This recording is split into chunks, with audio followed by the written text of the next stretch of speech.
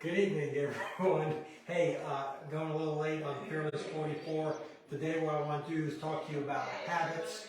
One of the best books to read on habits is James Clear, Atomic Habits, and I highly recommend that book. There's so much in there but I'm going to talk about 5 things that I thought were major points. I mean, there's a lot of major points, but I'm trying to keep you guys from falling asleep on this video and going too long.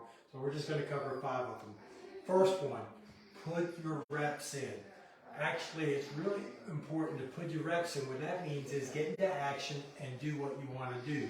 Don't expect to be good at it at the beginning. It's always good to get into action, get some constructive feedback, and change. A lot of people, he talks about a class of photographers where the students were graded. One student only had to turn in 1 great photograph. The other students had to turn in like 100 or 500.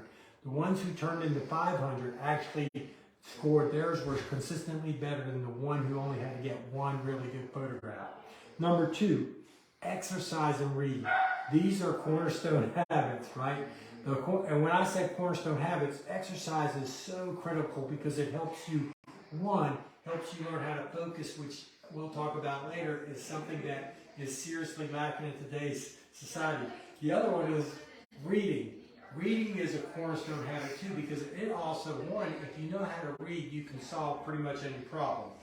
3, change your environment. If you want to change any habits, it's really important to change your environment. Right? You don't want to be a victim of our environment. You want to be the architect of it. That means, if you want to stop drinking alcohol, get the alcohol out of your house. If you want to stop eating a bunch of junk, clean up your house for junk. If you want to exercise, set it up where you can exercise. We're filming this in our home gym. Number 4, change your identity. True behavior change is identity change. Start with identity, right? So most people realize you become who you think you are, right? Most people know that, but do we live it? So you always want to change your identity.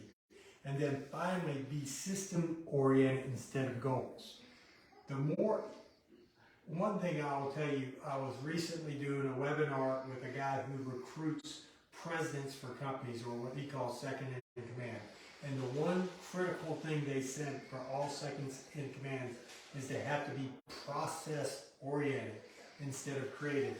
Now, you can still be creative and be process-oriented or systems-oriented, but systems will help you solve your problems more consistently.